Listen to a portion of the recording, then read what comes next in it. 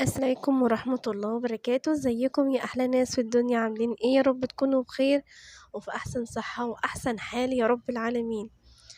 النهاردة إن شاء الله جاية لكم كده فيديو جديد. يا رب قبل أي حاجة يا ريت تشتركي معايا في القناة وتفعلي زر الجرس وأحلى لايك كده، ويلا نسمي بالله ونصلي على سيدنا محمد عليه أفضل الصلاة والسلام، ونبتدي مع بعض كده الفيديو. أحلى متابعين في الدنيا. النهارده كده أنا بابتدي معاكم اليوم بتاعي. أول حاجة كده لازم أعملها إن أنا بافتح شبابيك البيت كلها. لازم كده أحاول إن أنا أهوي البيت كله وافتح شبابيك البيت كله. حاولي إن أنتِ يعني إيه تجددي كده جو البيت كده والهوا النقي كده تدخّليه البيت من تاني، تجددي يعني إيه روح البيت كده، بالذات كده لمّا يكون كده قدامِك كده منظر لونه أخضر زرع والّا ورد والّا أي حاجة من دي، بتفرق جدًا في النفسية وبتفرق جدًا في مزاجِك وبتفتح نِفسِك كمان على إيه، على بداية اليوم. فحاولي كده أول حاجة في بداية يومِك إن أنتِ تفتحي أول حاجة شبابيك البيت. اوعي إن أنتِ تبدئي يومِك وأنتِ لسه مقفّلة وريحة البيت لسه ريحة النوم والنَفَس فيها ما اتجددش، لأ.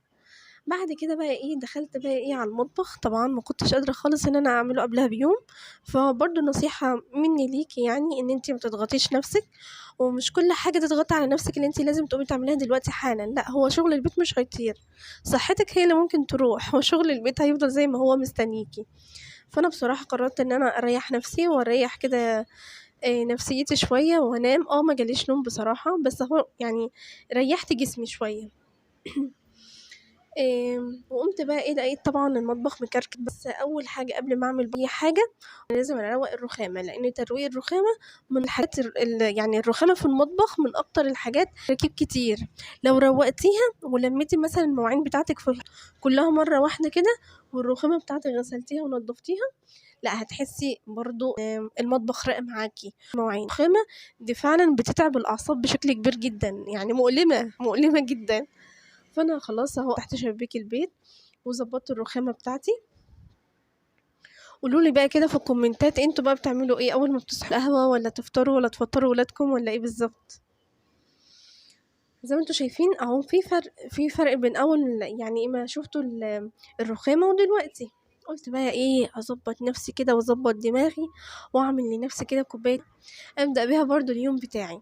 وأنا مش هابدأ اليوم بتاعي وأنا مزاجي مش حلو، لازم يكون مزاجي حلو وطاقتي إيجابية وطاقتي جميلة. الحمد لله ما دام إحنا في صحة وفي نعمة من عند ربنا، نستغل الشعور الحلو ده إن إحنا نزوّد أكتر عندنا السعادة ونزوّد عندنا الطاقة الإيجابية بتاعتنا.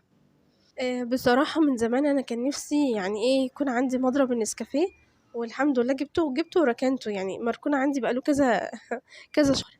خلاص أنا هاستغلّه وإن أنا خلاص هابدأ إن أنا أعمل الرغوة الحلوة اللي بنشوفها على اليوتيوب دي، وكل وكل اليوتيوبرز بيقعدوا يعملوها. قُلت يعني أنا مش أقل منهم في حاجة، فأنا كمان هاعمل لنَفْسي كوباية نسكافيه حلوة أوي، أضبط بيها إيه، مزاجي كده وأضبط بيها اليوم بتاعي. والحمد لله الرغوة طلعت وبقت إيه يعني، هاورّيها لكم دلوقتي حاجة كده عسل أوي. بس فأنتم كده دايمًا حاولوا إن أنتم تعملوا الحاجة اللي بتبسطكم والحاجة اللي بتريّحكم والحاجة اللي بتفرّحكم والحاجة اللي هي بتبسط مزاجكم وبتخلّي مزاجكم حلو وتخلّيكم مبسوطين دايمًا. ما تخلّوش حاجة أبدًا يعني إيه، بتاعكم ما تخلّوهوش يطوّل. يعني أنتِ زعلتِ، حصل موقف ضايق، كلّنا بنتضايق وكلّنا بنزعل، كلّنا بتحصل مواقف فعلًا بتحرق دمنا بشكل مش طبيعي. بس الشطارة إن أنتِ ما تطوّليش، الشطارة منِّك إن أنتِ اعملي control على نَفْسِك وساعدي نَفْسِك بنَفْسِك، لإن ما حدّش هينفعك غيرِك. شوفوا بقى أنا طوّلت إزاي في الرغوة بتاعة النسكافيه، مش هاخلص، ما صدّقت إن أنا أمسك مضرب النسكافيه في إيديّا. يا رب، يا رب الفقرة دي تخلص. شُفتوا بقى، كنت مبسوطة جدًا، جدًا، يعني مش قادرة أقول لكم مبسوطة إزاي. أهو، يا سلام بقى، يا سلام بقى عليكِ يا جيجي، يا سلام! كوباية النسكافيه التمام الصح بقى، شُفتوا بقى؟ ولا أجدع اتفضلوا معايا. بعد كده بقى وإن فيه قُلت بقى إن أنا أعمل لنفسي وأعمل لأولادي كده، أعمل لهم فطار كده سريع كده وبسيط كده وحلو.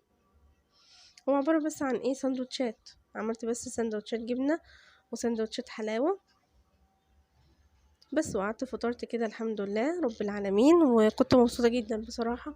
وحسيت ان انا ابتديت اليوم ايه صح، يعني ابتديته كده بمزاج حلو، وابتديته بطريقة صح الحمد لله وفرحة. فدي حاجة برضو كانت بسطاني جدا النهاردة، ان انا عرفت ابتدي اليوم صح.